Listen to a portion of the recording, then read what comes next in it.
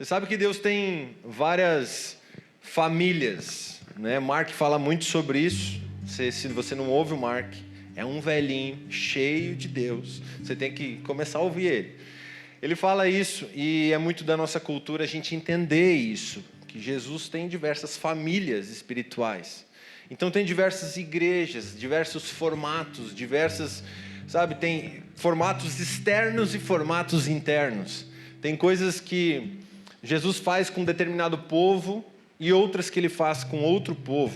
Então, nós precisamos entender onde nós estamos como igreja, encaixado dentro disso. Saber o que Deus tem liberado sobre a Poema vai nos ativar e nos empurrar para o destino que Ele tem dentro dessa casa. Então, me entenda que não dá para a gente ficar muito tempo congregando num lugar sem entender o que Jesus tem com aquele lugar. Concorda comigo? Então isso fala mais do nosso DNA, fala de quem a gente é, da nossa cultura, do que Deus quer fazer através de nós. Ele tem um plano para cada família, e a gente, como Poema, tem um plano da parte de Deus. O importante é a gente chegar lá e descobrir esse plano. Então, quero falar um pouquinho sobre isso essa noite. Abra sua Bíblia em Efésios, capítulo 2, versículo 8. E se você nunca leu esse texto, você está dentro de uma Poema, nós vamos expulsar você hoje da Poema, estou brincando. Mas você vai entender. Efésios capítulo 2, versículo 8. Vou falar um pouquinho do que é Poema.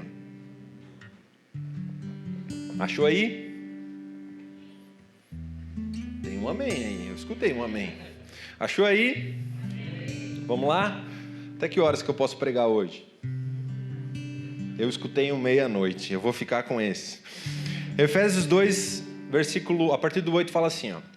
Vocês são salvos pela graça, por meio da fé. Isso não vem de vocês, é uma dádiva de Deus. Dádiva, um presente de Deus. Não é uma recompensa pela prática de boas obras, para que ninguém venha a se orgulhar. Verso 10. Pois somos obra-prima de Deus, criados em Cristo Jesus a fim de realizar as boas obras que Ele, de antemão, planejou para nós. Gente, o verso 10 dá nome à nossa casa. Quando nós lemos, pois somos obra-prima, essa versão é NVT, mas a versão Nova Almeida fala, pois somos feitura dele. A NVI fala, somos criação de Deus, e essa NVT, então, somos obra-prima. A palavra grega para obra-prima é poema, se você não sabia até então. Então eu quero falar um pouquinho da nossa cultura. E quando eu falo de uma obra-prima, me entenda que eu estou falando de cultura. E a gente perdeu muito de cultura nos últimos tempos. Se você parar para perceber, a gente está numa era tão acelerada que a gente não tem contemplado muita coisa. E quando a gente vai falar de cultura, a gente fala muito de contemplação. Por exemplo, quando você vai num restaurante, você tem hora para entrar, hora para sair, não tem? Muitas vezes você não contempla, você não degusta uma boa comida e uma boa bebida, porque você está correndo. Às vezes você está viajando de um lugar para o outro e você passa 120 km por hora, isso quando anda 120, e perde aquelas melhores paisagens daquele trajeto, agoniado para chegar no seu destino. Faz parte do que a gente tem vivido. E com isso a gente está perdendo muita parte do contemplar. Sabe aqueles malucos que olham um retrato, um desenho, uma pintura, que... Cara, tipo um Leonardo da Vinci, daqui a pouco eu vou falar sobre isso, fazia, e eles ficam 2 horas parados olhando para aquele quadro. Você já viu isso? Eu acho que eles não batem bem, mas a gente não consegue ficar 1 minuto. Cara, quando bipa o seu celular, você começa a tremer para olhar o WhatsApp, não é? Fala a verdade, você pode falar isso aqui, você está num ambiente seguro. Mas em resumo, a gente está acelerado, e quando nós somos acelerados, nós temos um grande problema em achar que tudo é meio descartável. Presta atenção, se os objetos não são descartáveis. Você usa 1 ou 2 vezes e é lixo. A ponto de a gente começar a achar que pessoas são descartáveis. Tanto que se elas erram mais do que acertam, elas não prestam. Concorda comigo? Você fica com um funcionário que erra mais do que acerta? Você fica com um líder que erra mais do que acerta? Gente, e aí a gente abre um grande problema, porque pessoas não são descartáveis. Nessa hora, o que é descartável e lixo para um, é uma obra-prima para outro. Os maridos vão me entender. Quem é casado aí? Levanta a mão. eu garanto que a sua esposa já jogou uma coleção que você tinha de alguma coisa fora. Aquela caixa velha que você guardou para alguma coisa que você ia usar.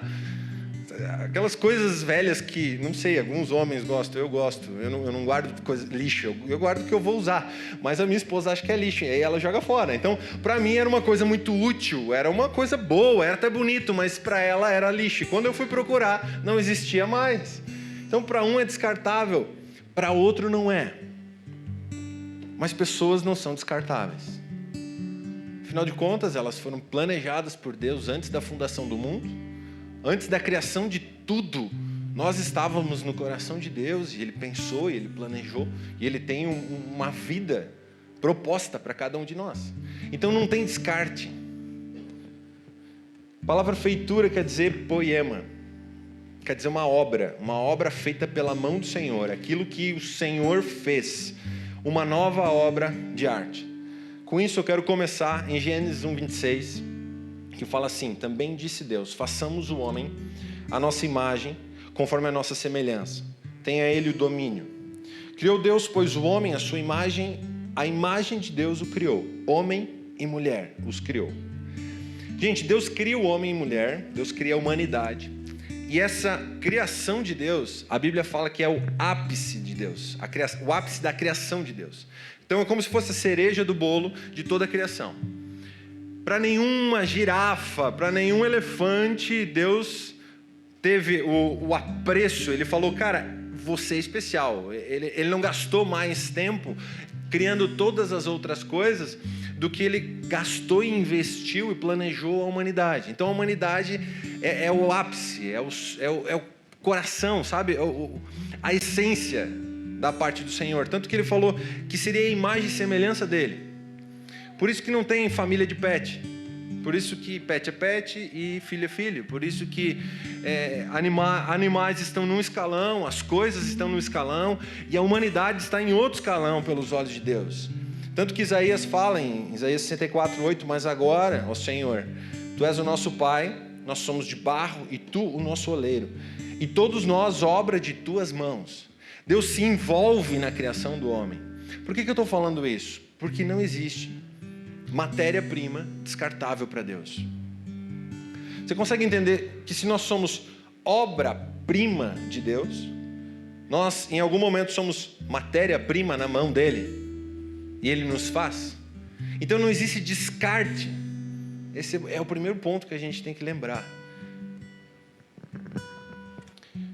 Mas nós sabemos que se Deus criou o homem, tenta construir isso comigo. Deus fez a humanidade com as suas mãos, e essa humanidade ele chamou de obra-prima, e de repente essa obra-prima, ela se perde em pecado. Como, né? É um ponto de interrogação. Como? Mas o pecado entrou.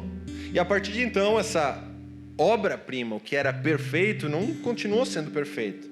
Todos nós sabemos que a partir de Adão e Eva, nasce o pecado, e dali nós nascemos. A Bíblia fala que nós nascemos pecado. Não é que nós nascemos em pecado, nós nascemos pecado.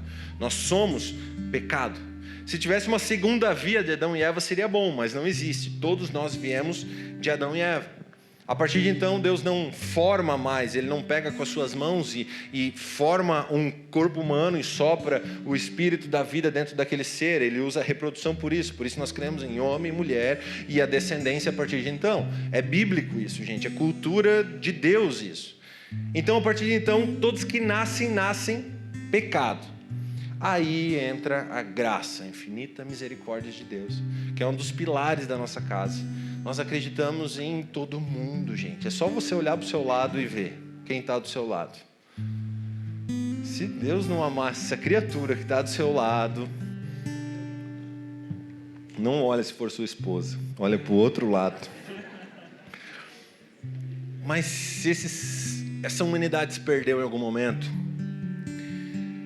precisou aparecer a graça de Jesus, precisou manifestar a graça de Jesus e tornar essa humanidade uma nova criatura. O que era o ápice da criação se tornou pecado. Então agora que se tornou pecado, a graça de Deus e a misericórdia é tão grande que ele não aguentou ficar longe dessa criação. Então ele decide dar uma nova oportunidade de se tornar uma nova criatura a partir de então. Então em Cristo nós temos uma nova condição. Está lá em 2 Coríntios capítulo 5, 17. Portanto, se alguém está em Cristo, é nova criação. As coisas antigas já passaram, eis que tudo se fez novo. Olha o que diz Gálatas 6,15. Não importa se fomos circuncidados ou não.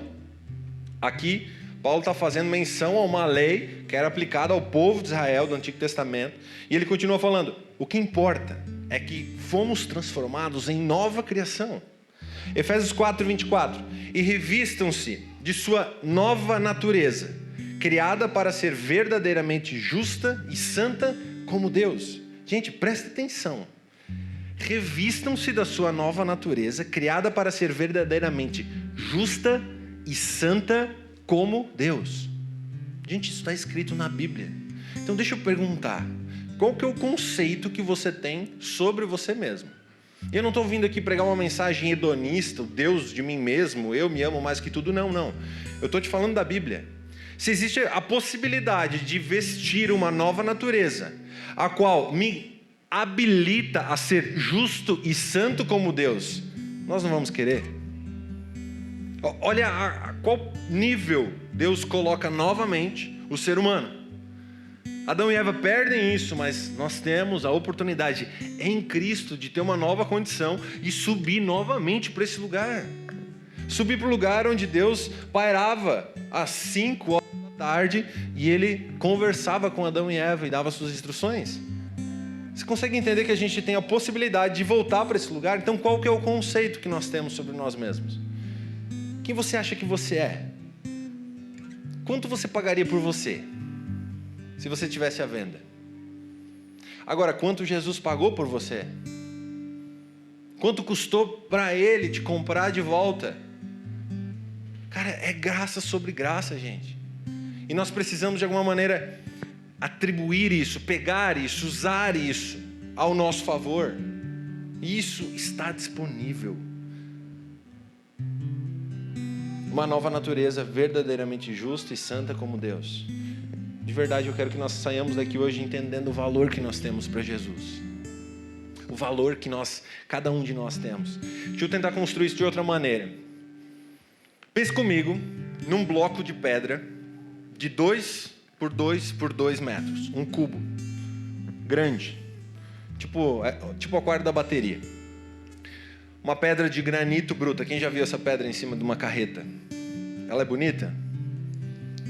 Se tivesse disponível hoje para comprar essa pedra de 2 por 2 por 2, bruta, ela é áspera, ela tem veias, ela está cortada bruta. Se tivesse disponível para comprar, e eu te falaria que você poderia comprar essa pedra, levar para casa, e eu sugiro que você colocasse ela no meio da sua cozinha, bem bonito. Se a sua cozinha tem 3 por 3, ela vai ficar 2 por 2 no meio, e você tem 1 metro para circular ao redor dessa pedra. Quanto você pagaria por ela? Ninguém ia comprar a pedra, gente. Eu falei isso lá em Timbó, tinha um vendedor de granito, ele falou, eu vou comprar. Eu falei, o cara entendeu. Beleza. Agora, quanto você pagou pela bancada de granito que está na sua casa? É bem menor que aquela pedra, mas ela é cortada, ela é recortada, ela é polida, ela é encaixada num lugar, ela fica brilhando. E aí, se tiver meia suja, você precisa limpar ela de vez em quando. Então você valoriza aquilo. Por quê? Porque foi trabalhada. Uma pedra bruta ninguém dá nada. Mas uma pedra que foi recortada, uma pedra que foi usada de certa forma, uma pedra que foi polida, foi manipulada, você paga. E paga caro. Agora, quanto você pagaria por um pedaço de madeira de 70 centímetros por 50 com uma espessura de 2 centímetros? Eu sou engenheiro civil, então eu gosto de medida. Acho que você percebeu. 70 centímetros, vamos lá, 50 centímetros de largura, por 70 de altura, por 2 de espessura. Quanto você pagaria por essa tábua? Uma tábua de churrasco. Aqui que faz churrasco? Tá valendo. Quem vai fazer churrasco depois do culto? A gente está se convidando? 70 por 50 por 2 centímetros. Quanto você pagaria por essa tábua? 100 pila? Se for uma madeira boa, até vale. Agora, quanto você pagaria por essa tábua que vai aparecer projetada aí? Tem algum personal trainer aqui na igreja? Eu acho que ele vai pagar caro por essa tábua aí. Lá em Timbó tem um personal, ele é um dos líderes da casa, a gente zoa ele toda vez que aparece uma coisa assim. Pode botar certo agora. Quanto você pagaria por essa tábua? Eu sei que a gente é fraco de cultura, então vou ter que te explicar. Isso aqui é a Mona Lisa de Leonardo da Vinci. Se você for para a escola, você tem que saber disso, pelo amor de Deus.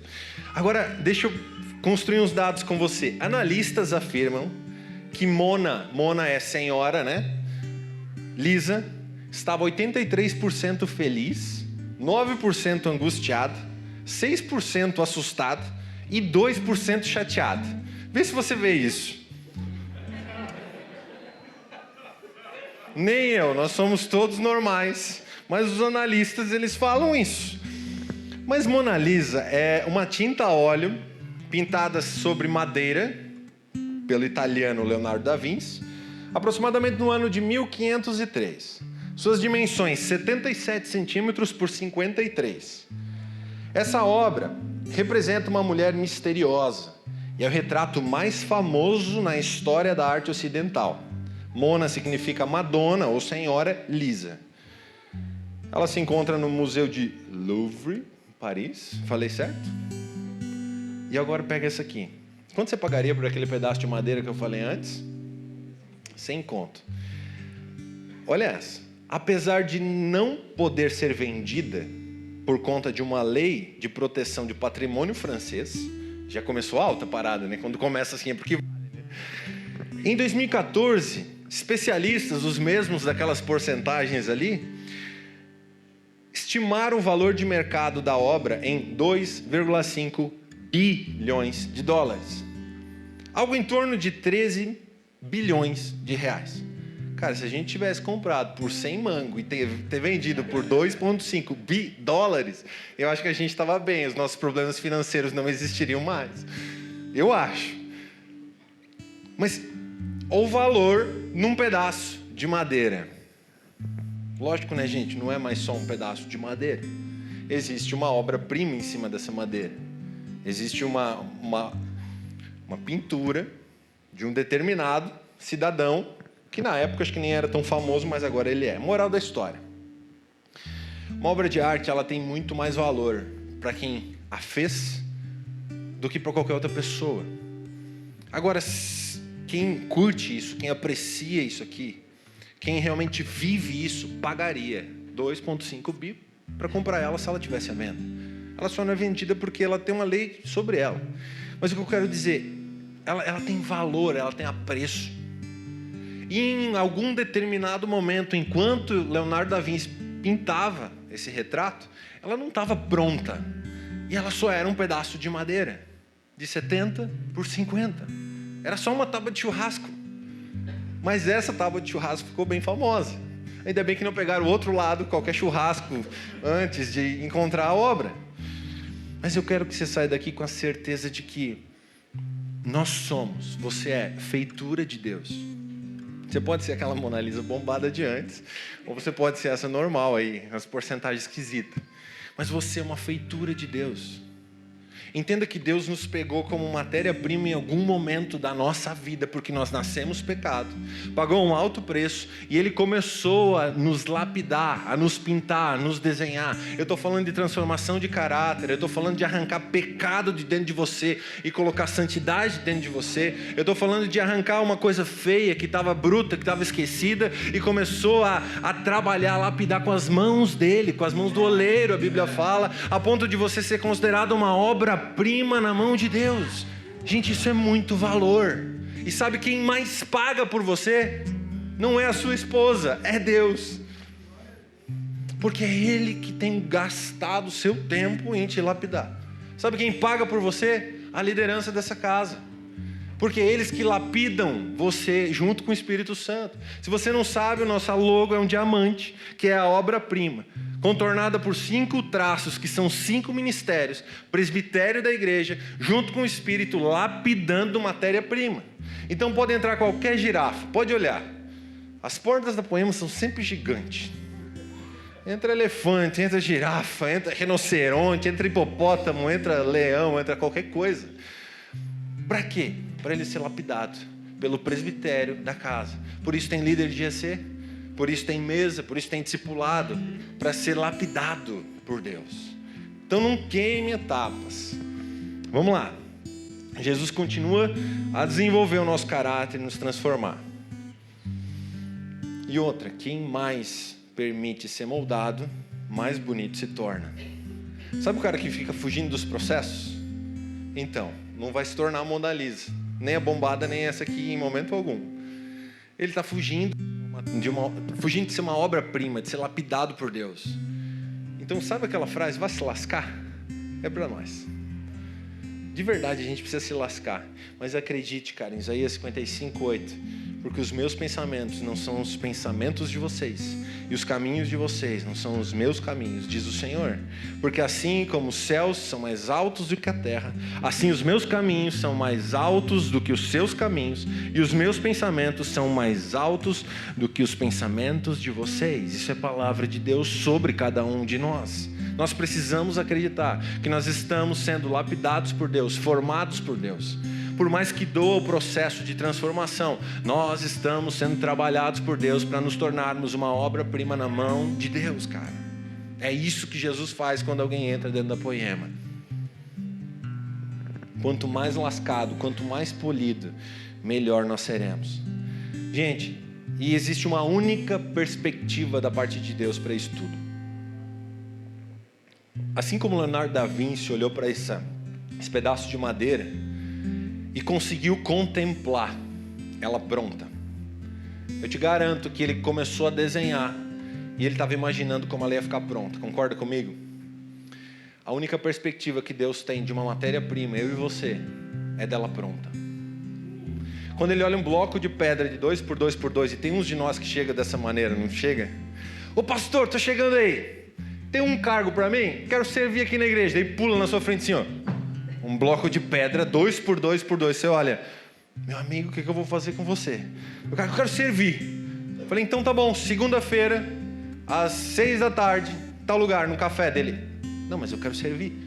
Mas, cara, você precisa ser lapidado. Se é um 2x2x2, não serve nem no estacionamento, porque vai roubar vaga de carro lá fora. Não adianta. Então vamos começar no discipulado dele. Ah, pastor, mas discipulado, eu queria servir. Eu falei, mano, Jesus precisa transformar você numa obra-prima. Sabe por quê? Porque senão acontece uma coisa muito ruim, a gente tem muito por aí. Infelizmente, nós vemos pastores, nós vemos líderes sendo aprovados por lideranças, por casas. E eu chamo, por exemplo, Samuel acabou de chegar. Cara, eu não conheço se ele é marido de uma só mulher, eu não sei se ele tem o nome no SPC, o nome na vida, no livro da vida, eu não sei nada da vida do cara. Então ele sobe aqui e eu falo, igreja, esse cara aqui é o líder agora. Ele vai liderar a GC. Então confia nele, ele vai lapidar você. E a partir de amanhã, então, o Samuel começa a andar com um time, com uma galera, ele começa a preparar. Cara, o que eu falei para a igreja? Eu falei, eu testifico que o caráter dele foi transformado, que ele é lapidado por Deus, ele é uma obra-prima e agora ele faz parte desse presbitério, dessa diaconia, e ele vai te transformar num cara que ama Jesus.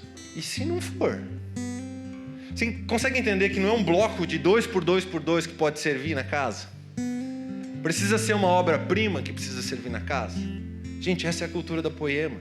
Por isso tem tanta gente que chega no nosso meio e não aguenta, porque começam os processos. Quando você entrou na Poema, quem está mais tempo na Poema? Nossa, eu vou cuidar agora, porque se vocês tudo se juntar contra mim, eu saio correndo vazado agora. Quem está um pouquinho mais de tempo, sabe, porque foi lascado, foi confrontado. E, gente, isso é amor. Lapidar uma coisa que é bruta para se tornar preciosa é amor. É amor sobre uma casa, é amor de uma casa para com você.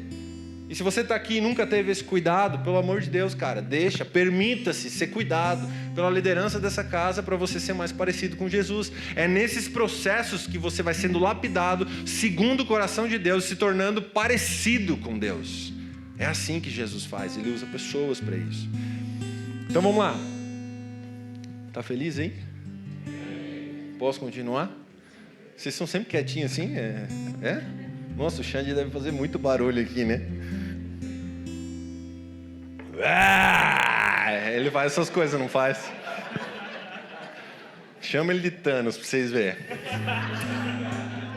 Essa é piada nossa, deixa quieto. Ele não pode saber disso, pode cortar depois pra ele não ver. Ele tá pregando em outro lugar. Gente, existe um antes e um depois. O antes é um monte de matéria-prima, suja, bruta. Talvez um dia você já brincou num ribeirão e você achou uma pedrinha e, sei lá, ela tá meio que suja de lama, assim, jogou fora. Mas quem sabe o seu milhão, um diamantezinho, mas estava bruto, você não sabia, foi mal. Mas o antes era uma pedra, o exemplo que eu usei. O antes é um diamante bruto. O antes, um pedaço de madeira, mas o depois pode ser o granito da bancada. Quantos querem ser o granito da bancada? Depois uma joia que vale muito, e é bonita, é linda. E depois uma obra de arte como essa que estava projetada aqui. Gente, Deus vê como o Leonardo da Vinci viu o quadro pronto. Ele consegue imaginar a obra pronta. Aí é o nosso desafio. Olhar com a ótica de Deus. Porque a hora que entra um bloco de pedra aqui para dentro, e você está me entendendo quando eu estou falando de bloco de pedra? Eu estou falando de uma prostituta, eu estou falando de um pedófilo, eu estou falando de um político corrupto, eu estou falando de caráter destruído, eu estou falando de quem vem arregaçado e arrebentado, seja pelo mundo, pelo diabo ou por igreja, não interessa, mas ele chega um bloco de pedra aqui. O nosso desafio é olhar para esse bloco de pedra e conseguir ver uma obra lapidada nesse ser, como Jesus olha para ele. E não olhar o externo e dizer, cara, aqui não é o seu lugar. Gente, isso não é a nossa cultura. A nossa cultura é acreditar que aquele bloco vai se tornar uma bancada. Você consegue entender? Olhar com os olhos de Deus. Se a gente começar a olhar as pessoas dessa maneira, meus amigos, é irresistível.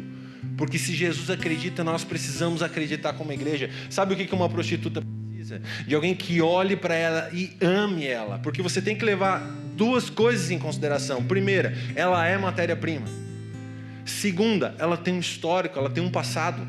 Pode ter sido destrutivo o passado dela. Quem sabe ela não teve família, quem sabe ela não teve cuidado, quem sabe ela teve que se prostituir para comer, para comprar comida. A gente não sabe, não cabe a nós nem saber o histórico, cabe saber que Deus tem uma obra com aquela pessoa, com aquela mulher, ou com aquele homem. Não interessa o pecado, não interessa a gravidade daquilo, não interessa aonde se afundou. O que interessa é que Deus quer lapidar essa pessoa. Esse é o olhar da igreja de Jesus.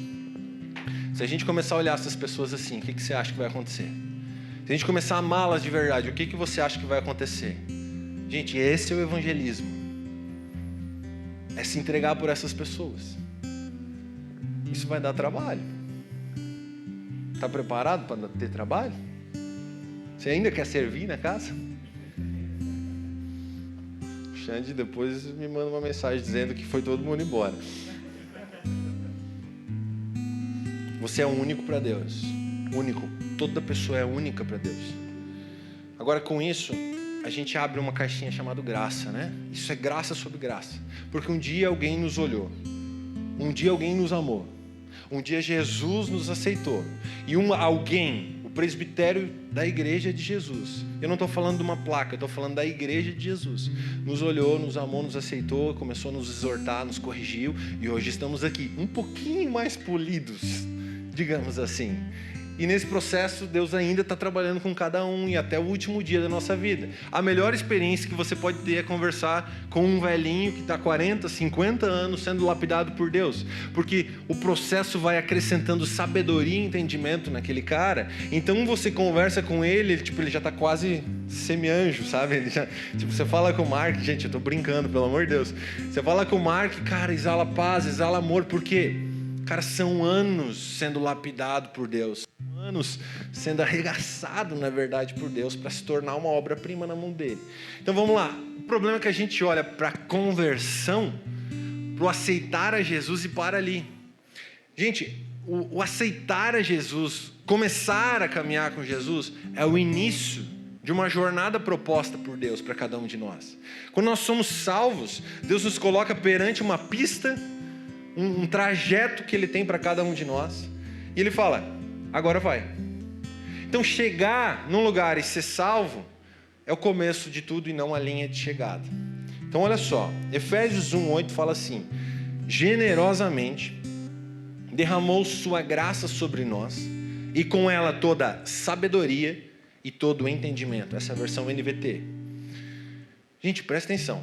Generosamente, Ele derramou sua graça. Generoso é o quê? Uma porção além do normal. Generoso. Generosamente, Ele derramou sobre nós graça. E com ela, toda sabedoria e entendimento. 2 estágios aqui. Primeiro estágio, generosamente derramou sua graça sobre nós. Essa é a porta aberta. Esse é você encontrar Jesus, ou Jesus te encontrar, independente de como você creia, mas você ser salvo. É o convite, entra.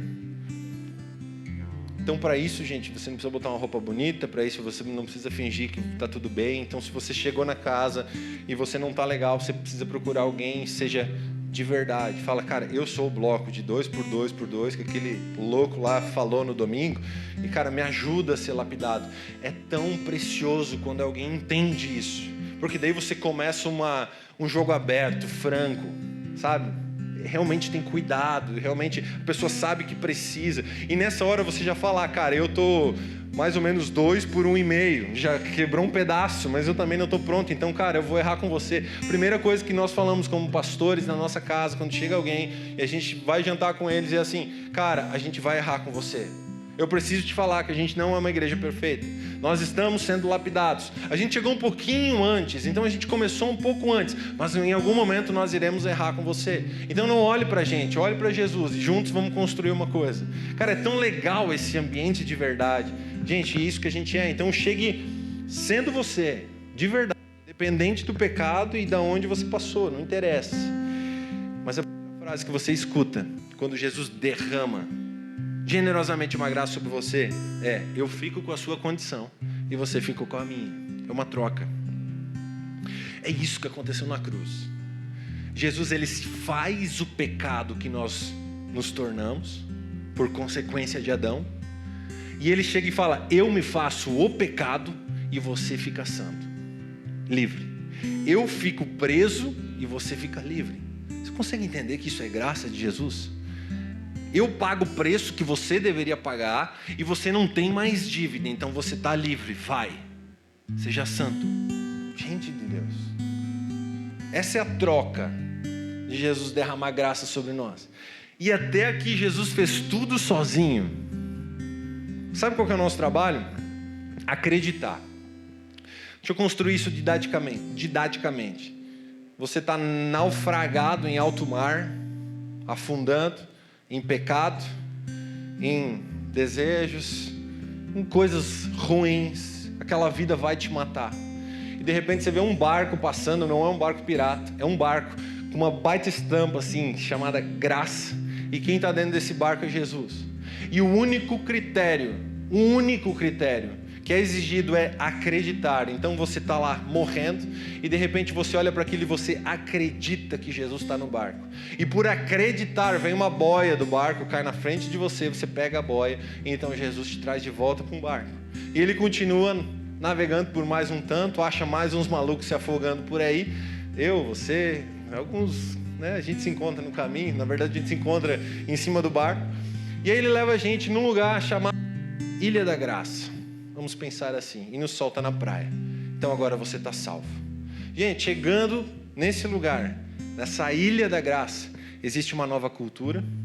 Ali existe um novo modelo de vida. Existe um novo propósito de vida. Ali o dinheiro tem outro valor que tinha lá fora. Ali pecado é pecado, mas ele está vencido, porque agora eu recebi um crédito de santidade. Eu não flerto com ele, mas eu tenho domínio sobre ele. Está vendo como entrar nesse lugar pela graça me coloca numa outra condição? Ali é o começo da vida com Jesus. Ele fala, agora você tem uma jornada. Sabe o final do arco-íris, não tem um baú de tesouro? Não é isso que você acreditava? Era pequeno. Então, naquela ilha tem. Tá conseguindo ir nessa viagem comigo, gente? Então, a proposta é, ser salvo, Jesus te larga na ilha, por crer você está lá.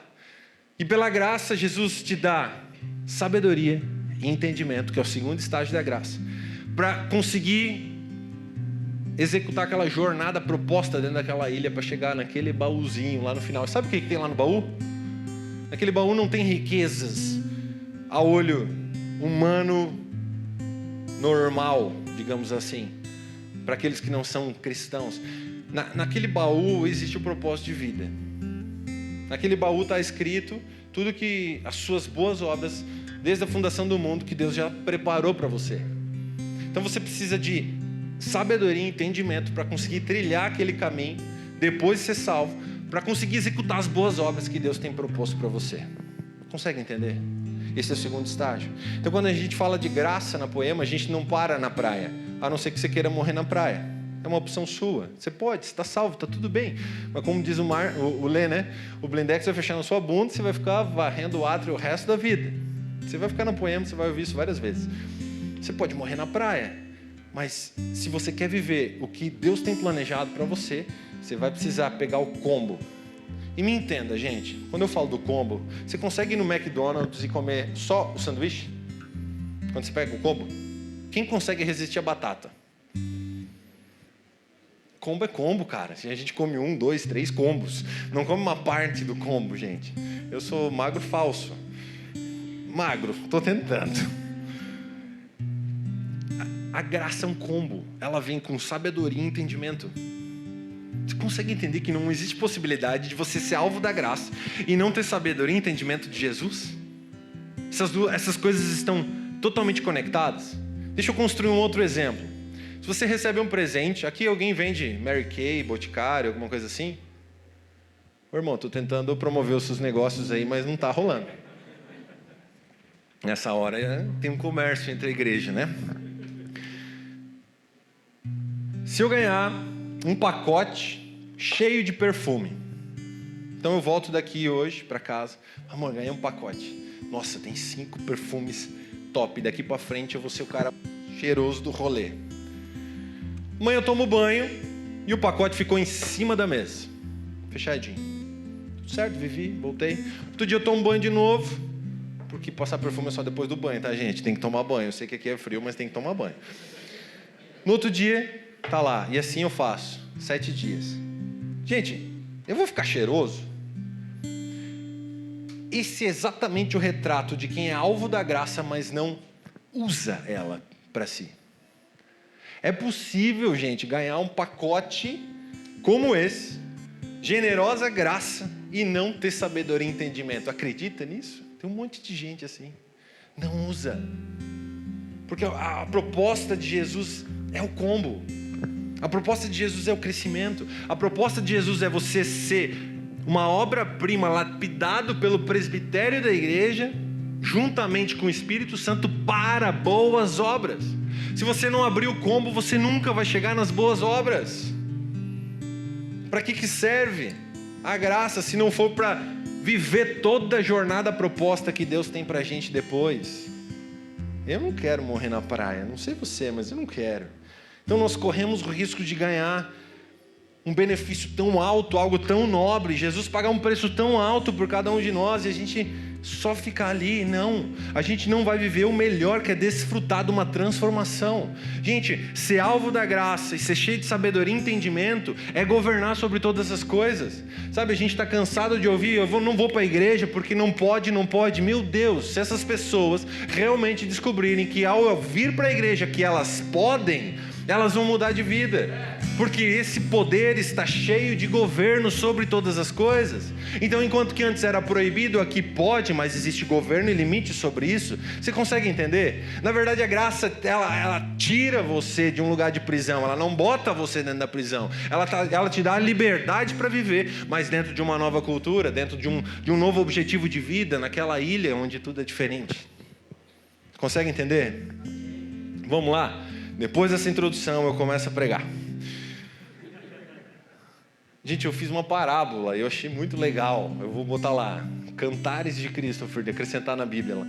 O reino dos céus é como uma ilha. O acesso se chama graça. Existe uma única triagem para ser levada até lá. Crer que existe um Salvador. Crer no resgate. Dentro dessa ilha existe uma nova língua, uma nova cultura, uma nova moeda, uma nova família. Se tem uma nova família depois que você foi salvo por Jesus, ela se chama família espiritual. Outra hora o Xande fala isso para você. E a partir de então o processo começa. Você passará por uma escola, por tutores, por líderes, pais espirituais, pastores, que implantarão uma cultura nova dentro de você, do reino dos céus. A graça te dá acesso. A graça continua te aperfeiçoando lá dentro. E pela graça você caminha para o pleno conhecimento de Cristo. Essa é a segunda parte. Jesus paga um alto preço por você para te comprar. Mas esse combo continua sendo desenvolvido em você até você chegar num alto conhecimento de Cristo. Romanos 8:29, porquanto aos que de antemão conheceu, também os predestinou para serem conformes à imagem do seu Filho.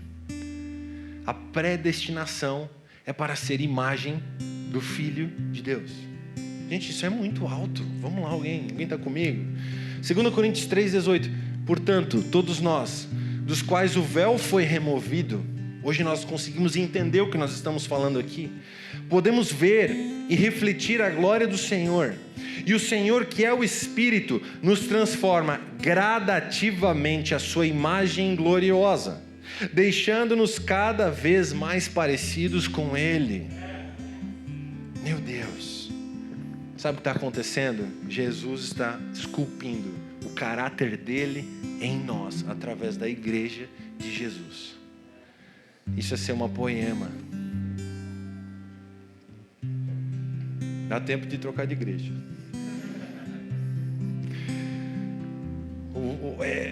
Jesus, o carpinteiro de Nazaré, com um formão lapidando você. Por isso que ele é o carpinteiro de Nazaré, né? Pau que nasce torto, nunca se endireita.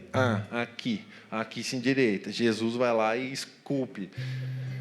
Dói pra caramba, mas ele faz. O mesmo poder que nos salvou do mundo dos mortos, da sepultura, num lamaçal de pecado, é o mesmo poder que gera vida e nos lapida a ponto de nos tornar uma obra-prima na mão de Deus. Efésios 2:10, pois somos obra-prima de Deus, criados em Cristo Jesus a fim de realizar as boas obras que Ele de antemão planejou para nós. Gente, presta atenção. Posso continuar um pouquinho? Pense em Moisés. Sabe com quantos anos ele começou a servir numa escala na igreja? 80. E quando ele entrou para a escala, ele ficou mais 40 no deserto. Que jornada linda. Moisés. E no final ele nem entrou na promessa da vida. Você tem certeza que você quer servir na igreja? Semana que vem o Xande me liga, o que você fez na igreja? Ninguém quer mais servir. Deus trabalhou por mais ou menos 14 anos na vida de José, para ele se tornar o governador do Egito. Mas ele passou pela cadeia, ele foi excluído e abusado pelos seus irmãos, ele teve os piores dias da vida dele para se tornar o governador do Egito. 14 anos. Coincidentemente, Davi, aproximadamente 14 anos, sendo lapidado por Deus para ser o rei de Israel. Está vendo que Deus sempre se preocupou mais em lapidar do que usar? E o nosso vício de crente é querer ser usado por Deus. O nosso vício deveria ser: Deus, eu quero ser lapidado pelo Senhor. Esse deveria ser o nosso vício. O que em mim ainda tem que não agrada a você? O serviço é a consequência da lapidação. Jesus, por 30 anos sendo lapidado, 3 de ministério. A gente chega na igreja como um bloco que quer ser usado como um bloco, irmão. Nós não vamos ser. Nós vamos dar mais prejuízo do que somar alguma coisa. A nossa fome precisa ser: Deus, o que está fora em mim do seu caráter. Eu quero ser transformado. É isso. E Jesus tem uma graça disponível para todos nós. Não pense que o seu pecado é maior do que qualquer outro, meu amigo. Não. criados em Cristo Jesus, gente. Você tem certeza que foi criado em Cristo Jesus? Você não é a consequência do acasalamento de macaco, pelo amor de Deus. Estão ensinando isso nas escolas. É verdade, gente. A ponto de muitos cristãos acreditarem que são pais de pet. Você consegue entender isso? Não, gente. Nós somos feitura de Deus, criados por Deus, filhos de Deus, frutos de um acasalamento de homem e mulher. Por isso que é homem e mulher. Deus sempre fala da descendência, isso só acontece com macho e fêmea. Para realizar boas obras que são designadas por Ele antes da fundação do mundo. Você já pensou nisso? Uma transformação de quem nós somos, para então poder executar algo. E na boa, quem você acha que expõe uma obra como essa que a gente acabou de ver aqui? O seu dono. Então, a partir do momento que tiver faces lapidadas, porque o processo ele é a vida inteira, ele começa a usar essa face lapidada. Ele começa a colocar você no lugar onde você pode gerar isso com alguém também. Pode continuar isso. Então, à medida que você é lapidado por Deus, você vai sendo usado por Deus. Agora, nunca tenta inverter essa ordem. Sem lapidação, não tem que ser usado por Deus. Você vai ser o bloco de pedra. Lembra o resto da vida desse bloco de pedra. Então, ser transformado é o maior presente que nós podemos ter da parte de Jesus. 1 Timóteo 2,4 fala assim: atente para a vontade do Senhor para a humanidade. Fala assim, ó, que deseja que todos nós sejam salvos e cheguem ao pleno conhecimento da verdade. Ser salvo é a obra de Jesus. Chegar ao pleno conhecimento da verdade é a nossa obra. Através da graça somos capacitados para chegar no pleno conhecimento da verdade. E aqui entra a lapidação da parte de Deus. Essa é a jornada dentro da ilha que eu acabei de falar. De verdade, ser salvo não quer dizer que você chegou ao pleno conhecimento da verdade. Não, você começou a entender alguma coisa. Mas a continuação disso é maturidade. Isso fala do evangelho do reino. A salvação é a linha de chegada. Colossenses 1:21. Isso inclui vocês que antes estavam longe de Deus. Eram seus inimigos. Dele, separados por seus maus pensamentos e ações. Agora, porém, Ele os reconciliou consigo por meio da morte do Filho no corpo físico. Como resultado, vocês podem se apresentar diante dele santos, sem culpa e livres de qualquer acusação. É tão poderoso que a primeira coisa que Jesus faz quando você é salvo, quando você entra naquela ilha que Ele te largou lá, é tirar toda acusação, todo fardo, todo peso. Ele te dá um ticket de vida. Quem jogou Mario Bros? Quem comeu cogumelo verde?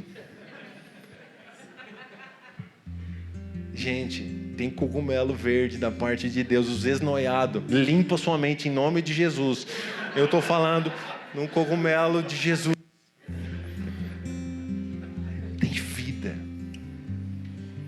A gente dá risada, mas quantos dias a gente precisa de vida?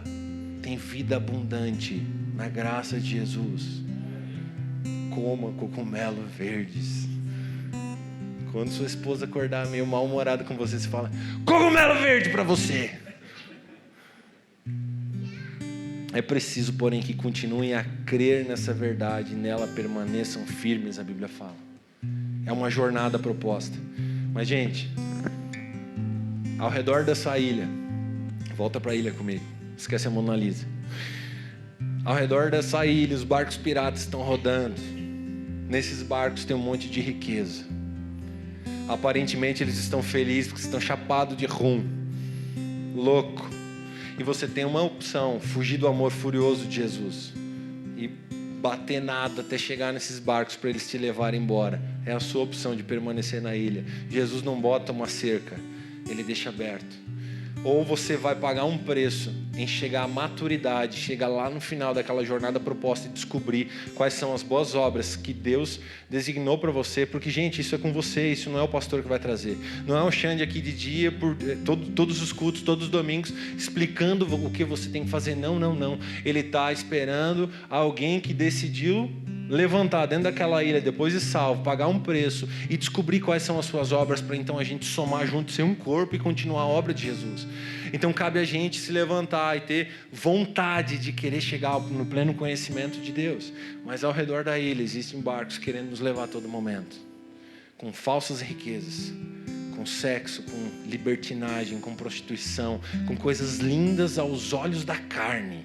Então cabe a gente pagar um preço para ser santo. Algo tão precioso que Deus nos deu. Mas a gente pode deixar escapar por entre os dedos. Isso é ser poema. Você está feliz?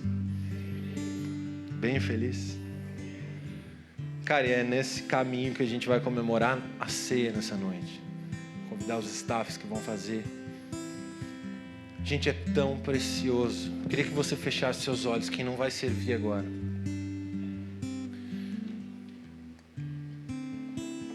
Senhor, a gente pode ficar aqui a noite inteira falando sobre graça, sobre transformação, sobre pagar um preço. Mas só o Senhor pode trazer a revelação do quão prazeroso, Jesus, é ser lapidado pelo Senhor. Ah, Deus, só quem estava perdido consegue ter uma dimensão tão profunda disso. Ou aquele que achava que era salvo, assim como Jó. Espírito Santo, que o Senhor possa entrar agora nos corações que estão aqui.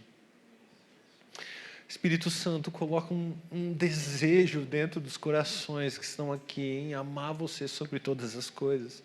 Pai, nós amamos te servir, mas em primeiro lugar nós amamos você, Deus.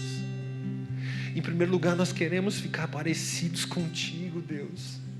Por favor, nos livre de nos usar enquanto que não estivermos prontos, Deus. Deus nos livre porque nós vamos começar a ver frutos e talvez algumas coisas vão dar certo. E nós vamos olhar para aquilo e falar, cara, eu acho que eu estou no caminho certo, mas não. Nos livre de um dia chegarmos à porta do céu e falar, Deus, eu expulsei demônios no teu nome, eu preguei o evangelho, eu fiz tanta coisa e escutar do Senhor, mas eu não te conheço. Pai, livra-nos de pular o processo de lapidação. Livra-nos, Pai, porque nós queremos ser encontrados como uma obra-prima. Nós queremos ser exposto pelo Senhor quando estivermos prontos, porque senão vai ser um desastre, Deus. Vai ser um desastre apresentar a Mona Lisa antes dela estar pronta. Vai ser um desastre, Jesus. Um bloco de pedra de 2x2 querer discipular alguém. Vai ser um desastre. Deus, livra-nos de viver isso e livra a sua igreja de viver isso. Que haja verdade nos nossos corações, Deus. Que haja um anseio em cada coração aqui de chegar amanhã para o seu líder e falar, cara, eu preciso ser lapidado. Eu tenho pecados, eu tenho problemas, eu não consigo sozinho.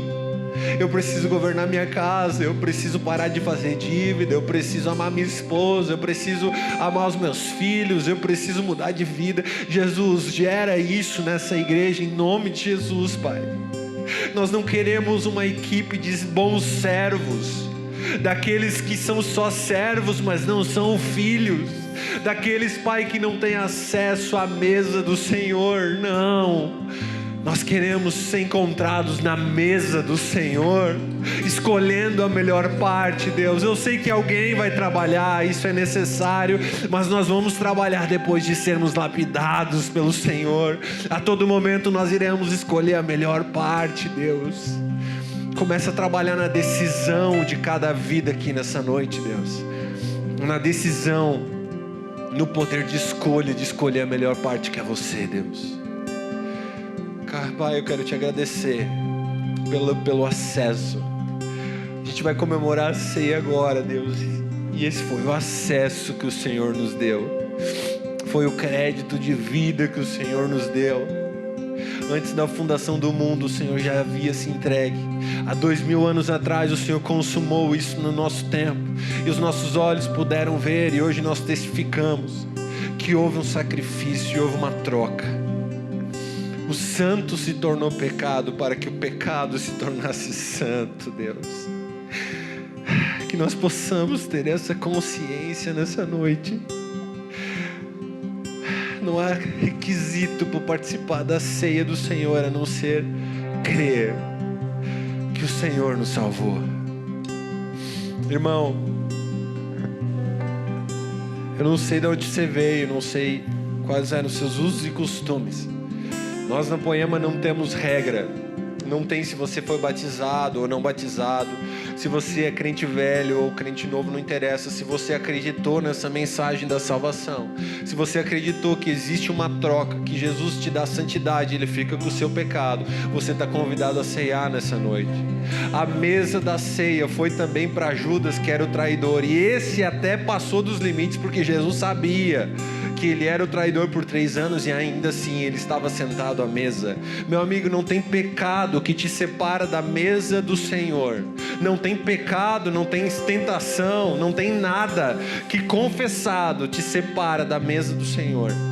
Eu estou te convidando, se você entendeu que a graça te salva e tem poder para te transformar, você está convidado a ceiar com a gente nessa noite e comemorar o que Jesus fez por cada um de nós. Você pode se levantar, vir aqui pegar o suco de uva e o pão, que representa o corpo de Jesus, o sangue de Jesus.